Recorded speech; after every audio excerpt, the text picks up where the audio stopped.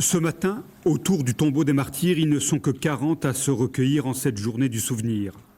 Les membres du conseil municipal, quelques rares familles et le dernier rescapé du massacre, Robert Ebras, qui malgré la fatigue, malgré les règles draconiennes imposées par la crise sanitaire, a tenu à être présent comme il a toujours été depuis le 10 juin 1945.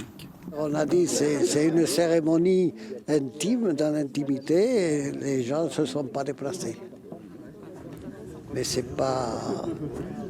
faut pas leur en vouloir. Les familles ont eu peur. Oui, elles ont eu peur.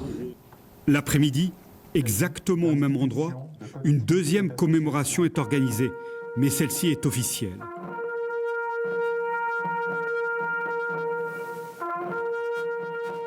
Sous l'égide de l'État et de ses représentants locaux, sans les familles des victimes qui n'ont pas été conviées pour cause de Covid-19, ce qui n'empêche pas l'émotion. L'émotion est toujours là, le souvenir est toujours là et c'était le plus important. C'est pas le nombre qui fait, c'est la mémoire que l'on a et tout ce qu'on a dans le cœur, là, tout ce qui reste chez nous. Et je crois que c'est quand même une belle cérémonie, malgré tout, parce qu'on leur permet on permet aux familles de perpétuer le souvenir, mais un souvenir qui est dans l'émotion et dans l'amour de ce qu'on a perdu. Et je crois que c'est le plus important.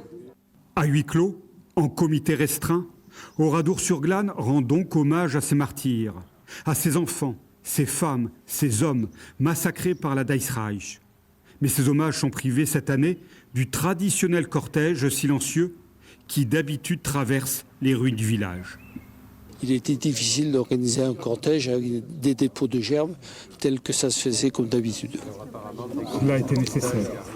Cela a été nécessaire et j'espère que l'année prochaine, le cours normal de la cérémonie pourra reprendre. Le village martyr, lui, est resté ouvert toute la journée au public.